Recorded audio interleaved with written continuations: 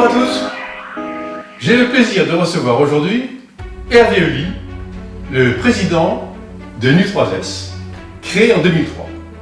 Bonjour Hervé. Bonjour Bernard. Hervé, aujourd'hui c'est ton jour. J'aimerais que tu puisses te présenter. Je travaille depuis 1989, après avoir fait un troisième cycle en études d'informatique appliquée aux géosciences. Informatique appliquée, autant dire tout ce qui est détection, mais ça je l'ai compris 20 ans plus tard, détection de l'inconnu. Simplement. Simplement.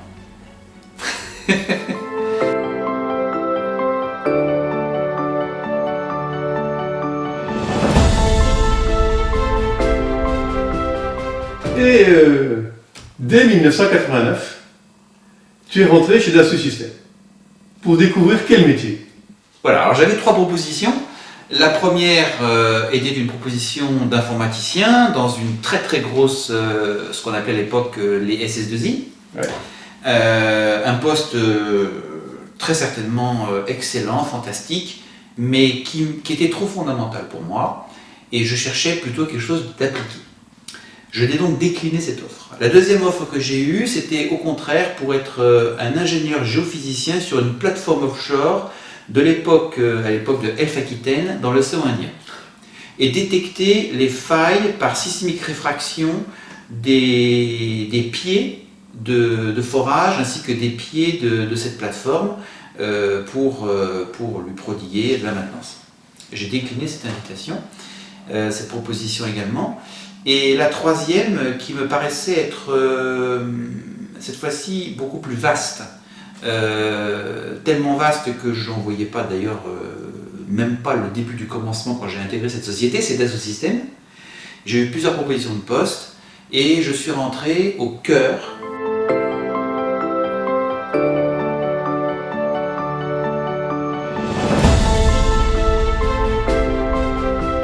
de Dassault Systèmes, à savoir dans l'algorithmie profonde, algorithmie théorique en recherche-développement, au cœur de la 3D.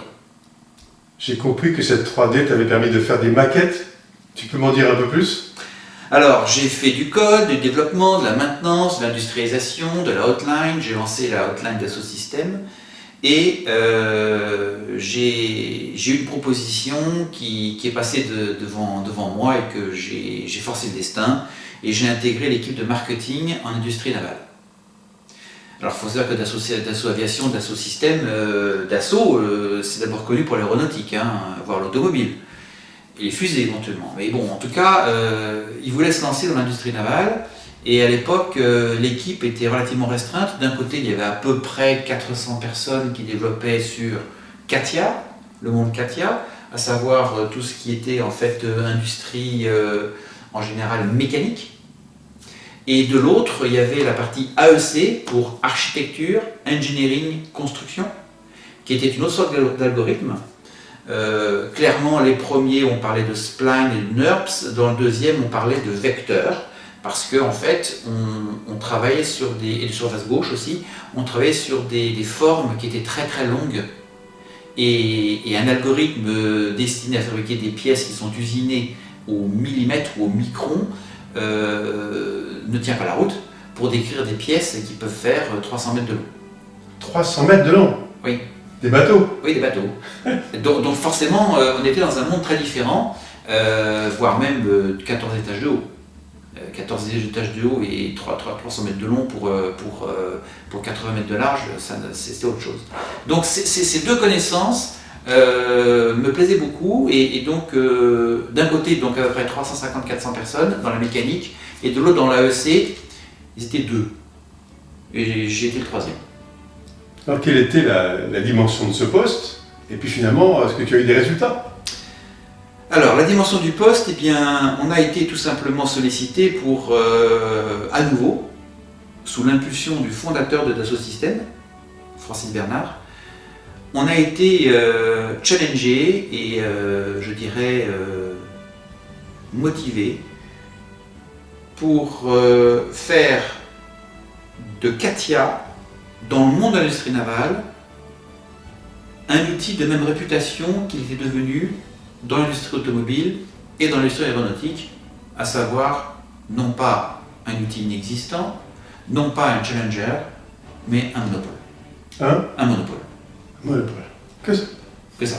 Donc en fait, on a démarré à 3 et 4 ans après,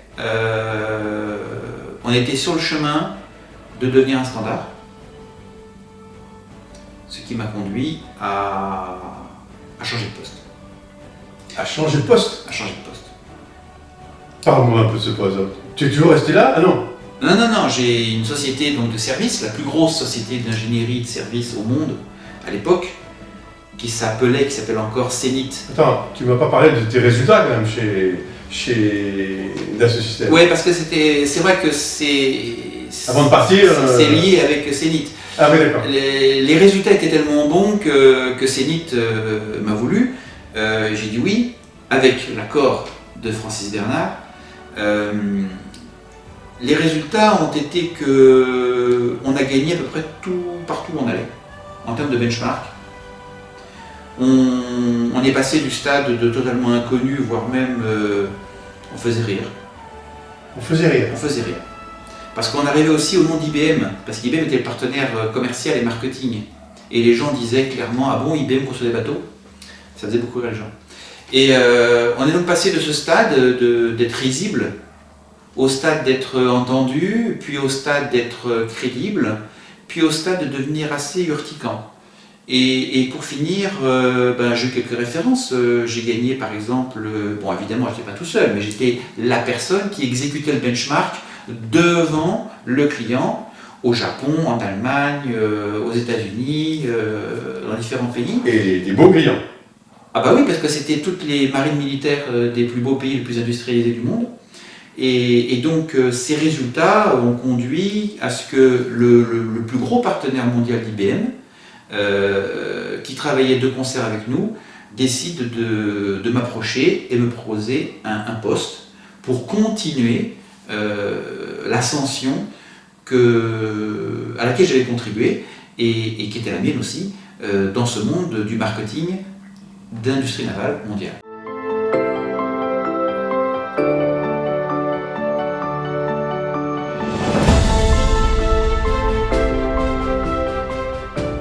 Toujours avec Katia et toujours dans le secteur naval, et tu avais quitté l'aéronautique à ce moment-là? Oui, ça faisait à peu près 4 ans que je ne travaillais plus du tout dans le monde aéronautique, automobile, etc. J'avais donc quitté ce vernis généraliste pour devenir un expert mondial, à tel point que j'ai fait quasiment 7 ans de spécialité en architecture navale. Expert mondial? Alors j'étais, ça fait drôle de dire ça effectivement, mais j'étais number one, le benchmarker number one, celui qu'on envoyait dans les situations les plus difficiles, les plus périlleuses, les plus scabreuses. Et je peux dire que, humblement, on a tout raflé, quoi.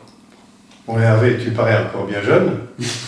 Tu me parles déjà de référence mondiale, animée par toi. Et puis, tout d'un coup... Alors, excuse-moi, je te coupe la parole, mais...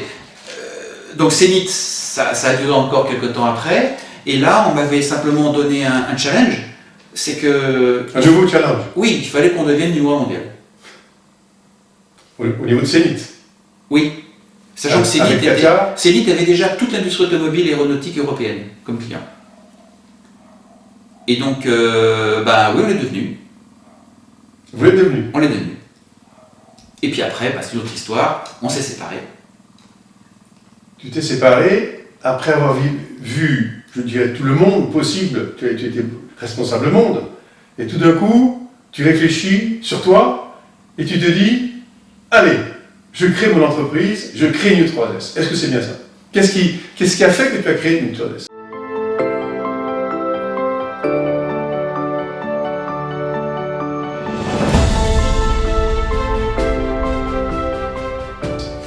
Alors déjà, qu'est-ce qui a fait que je suis parti? Je suis parti. Avec du recul. Avec du recul, c'est... je ne pas stagner. J'ai compris que tu as franchi des étapes. C'est qu'à partir du moment où on a fait une version logicielle, la VX, la VX+1, la VX+2, la VX+3, on va pas faire la VX plus 4, quoi. Hein, parce que on refait toujours la même chose. Ok, on change le par-dessus, c'est comme la mode. Mais un jour, la mode, elle revient. Le rouge reviendra forcément à l'époque. Donc, ça, c'est le premier challenge. Le deuxième challenge, c'est que, je l'ai compris beaucoup plus tard, c'est qu'en fait, j'adorais tout ce qui était l'inconnu. Et il se trouve que là, je commençais à être un terrain connu. Tu commençais à connaître Je commençais à connaître le monde dans lequel j'étais, les performances qu'on avait obtenues. Donc, par conséquent, j'arrivais sur un phénomène on va dire, de lassitude. Il fallait encore de l'inconnu. Il fallait de l'inconnu. Voilà. Puis la troisième raison, c'est que à partir du moment où on construit des outils qui sont fabuleux et que pour les vanter, pour les valoriser, pour les rendre encore plus efficaces dans l'esprit des clients pour qu'ils comprennent, parce qu'il faut bien comprendre que c'est difficile quand même de montrer qu'on a l'ambition de devenir numéro 1 mondial quand on n'a aucune référence et qu'on ne sait rien faire. C'est quand même assez difficile quand même. Tu avais une très bonne référence jusque-là. Non, mais je parlais de l'assosystème. Ah, allez. C'est quand même difficile quand même. Donc autrement dit, il a fallu utiliser des subterfuges, des moyens, des outils qui n'étaient pas développés en interne pour pouvoir essayer de montrer des choses qu'on ne sait pas faire mais qu'on saurait faire. De la simulation. Ouais.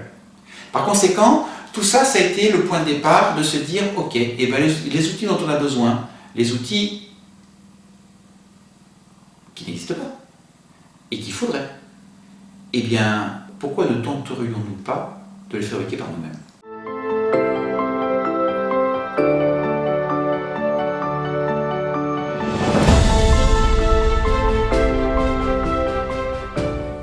Ça a été l'idée de départ de l'U3S. Ouais. Prendre ce challenge, à quitter des grands groupes et te mettre à ton niveau, à ton compte. C'est ça. Ça n'a pas été une promenade on va dire, de santé, ni un long fleuve tranquille. Et ça nous a conduit de rebondissement en rebondissement. Il y a eu beaucoup de rebondissements. Beaucoup. Tout sauf une ligne droite. Ça, c'était l'inconnu que tu cherchais, que tu as découvert au fur et à mesure. Bien sûr, bien sûr. Et puis on introduit dedans des notions qui ne sont pas dans les livres, qu'on n'apprend pas à l'école, et voire même qu'on n'apprend pas en tant que métier spécialisé dans l'architecture navale ou autre chose. Des notions de psychologie, des notions de cognitique, des notions de développer le côté ambidextre, développer le cerveau gauche, le cerveau droit, développer la sensibilité, développer l'écoute, développer le sens culturel. Ce sont des choses qui n'ont rien à voir avec les métiers. Et tout ça, ça a débouché sur des reconnaissances qui ont commencé au bout de 2 ans et qui sont tombées en avalanche sur les 4-5 ans qu'on suivi, quoi. Ce qui représente... Tu veux parler des awards ? Ouais, ce qui représente 13 awards internationaux et nationaux, dont le 4e prix des mondes virtuels. Le 4e prix du monde virtuel. Ouais, enfin le 4e prix mondial des mondes virtuels. Derrière des sociétés comme BNP Paribas et Orange. Ou Michelin. Tu étais même avant Michelin. Non, elle était juste derrière. Juste derrière Michelin. Juste derrière. Et puis, là où c'était très surprenant, c'est que le dernier, c'est pas un award, c'est une nomination. Une nomination qui a débouché sur aucun award d'ailleurs, mais enfin nominé, à mon insu, parce que je n'ai même pas postulé. Là, ça a été les e-trophées en économie. Alors là... Les e-trophées en économie. Ouais. Ah. Là, ça a été vraiment très surprenant parce qu'en fait, ça a été le début, mais il a fallu du temps, le début de la compréhension que l'univers dans lequel on avait évolué, on avait fait des performances en recherche et développement, tous ces awards, avait de la valeur.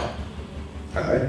Avait visiblement et intrinsèquement de la valeur, et cette valeur, bien qu'étant très très en avance sur son temps, eh bien, il y a des gens, bon c'est le métier, qui visiblement ont décidé de me présenter par rapport à ce contenu, ce savoir-faire, dans un monde, cette fois-ci, économique, et non plus un monde technologique.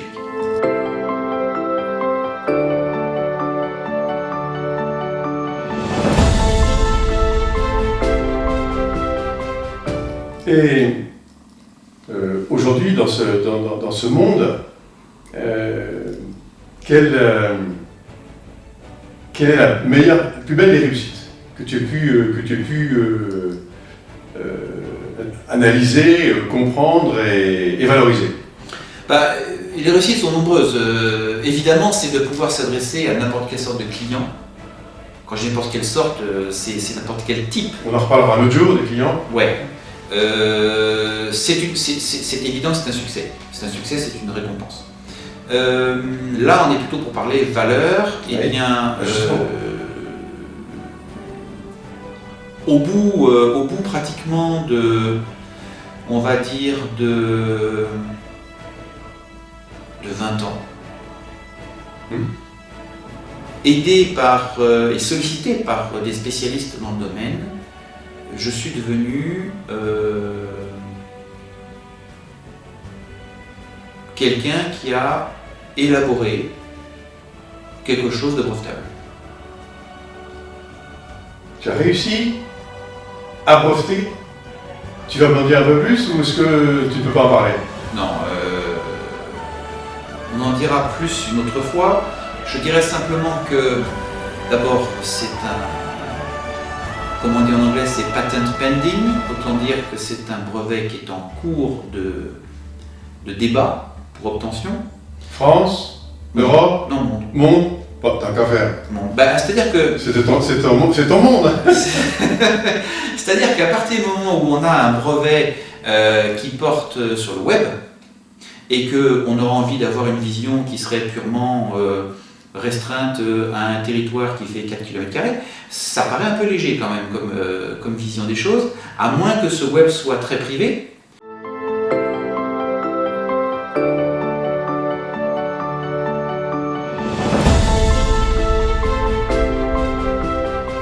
Donc forcément, il fallait que ce soit quelque chose qui soit ouvert, et dès lors que c'est ouvert, eh bien c'est compliqué. Parce que tout le monde peut être prétendant à la nouveauté avant soi-même.